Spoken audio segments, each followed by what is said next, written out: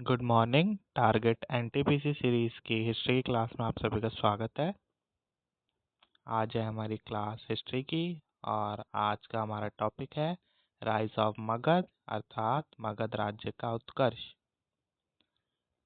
सबसे प्राचीन वंश जो कि मगध पर शासन करता था वह था बृहदत्त वंश, जिसकी स्थापना बृहदत्त ने की थी। और बृहदत्त चेदी वंश के राजा का पुत्र था। इनकी कैपिटल थी गिरिब्रज अर्थात राजगृह। उसके बाद आता है हर्यक वंश जिसकी स्थापना की थी बिंबिसार ने और इनकी भी कैपिटल थी राजगृह।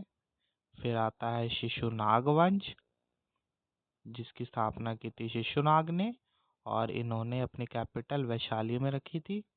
फिर आता है नंद वंश जिसके स्थापन करता थे महापद्मनंद और इनकी कैपिटल थी पाटलिपुत्र। फिर आता है मौर्य वंश जिनके संस्थापक थे चंद्रगुप्त मौर्य और इनकी कैपिटल थी पाटलिपुत्र। चलिए आगे चलते हैं।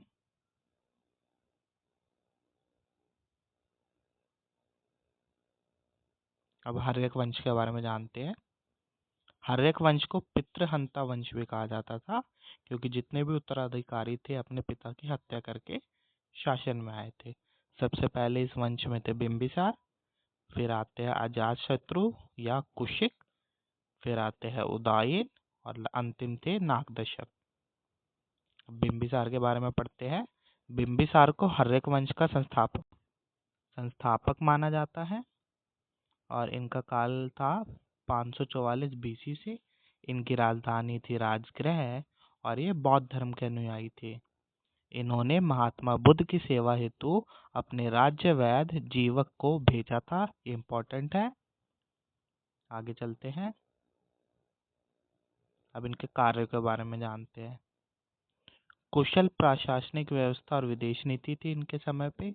अंगराज्य को हरा के इन्होंने मगध में मिला लिया था और अवंती के राजा प्रघोत की सहायता हेतु अपने राज्य व जीवक को भेजा था। ये कई बार एग्जाम में रिपीट हुआ है।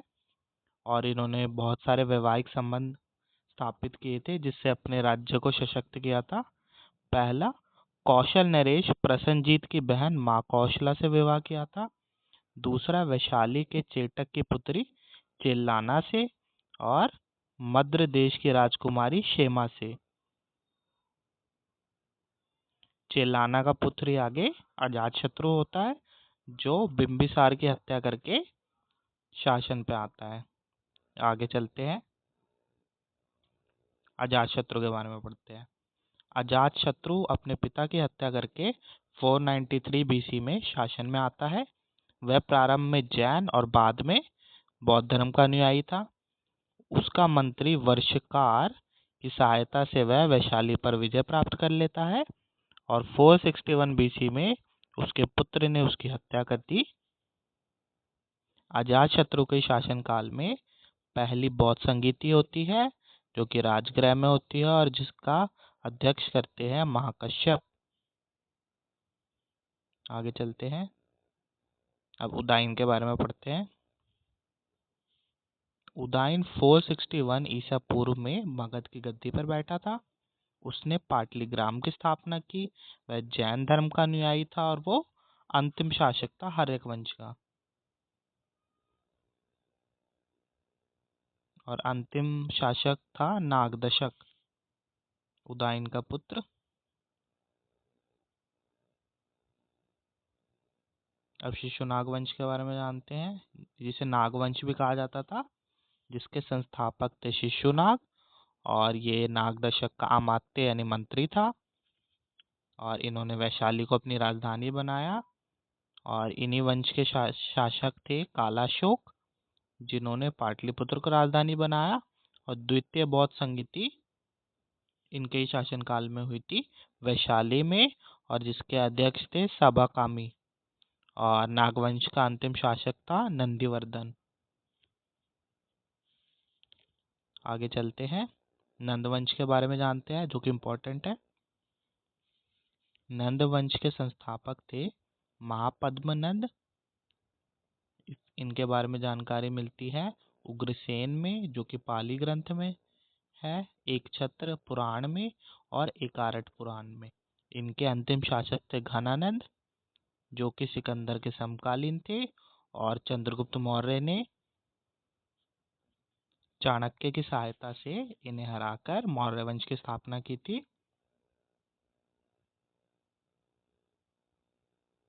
अब सिकंदर के बारे में भी थोड़ा जान लेते हैं। देखिए, भारत पर जो विदेशी आक्रमण हुए थे वो मुख्यतः इन वंशों द्वारा किए गए थे।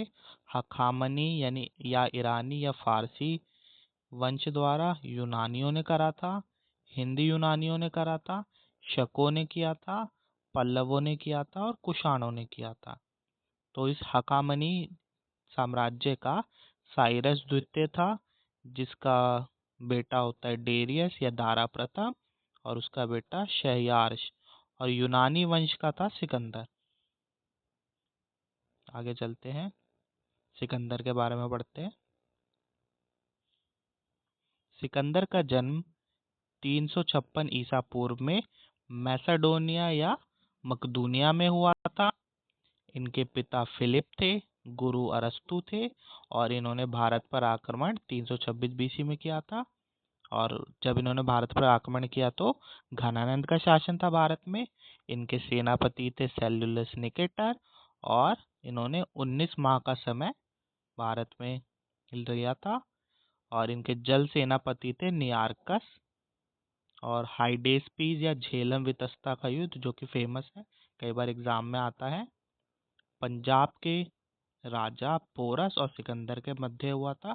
पंजाब को उस टाइम पुरु कहा जाता था, और सिकंदर ने सम्मान किया था उनका।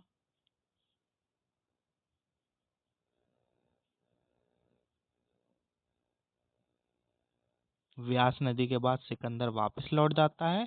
इन्होंने कुछ नवीन शहरों का निर्माण किया था, जैसे कि सिकंदरिया, बहुकेफला अपने घोड़े के नाम पे, आदि ऐसे कई शहर थे। साम्राज्य को इन्होंने 4 भागों में डिवाइड किया था। इनकी मृत्यु 323 ईसा पूर्व में बेबीलोन इराक में हो गई थी। देखिए, ये है बेबीलोन एम्पायर। यहाँ पे इनकी मृत्यु हुई थी। तो आज की क्लास हमारी यहीं ख़त्म होती है।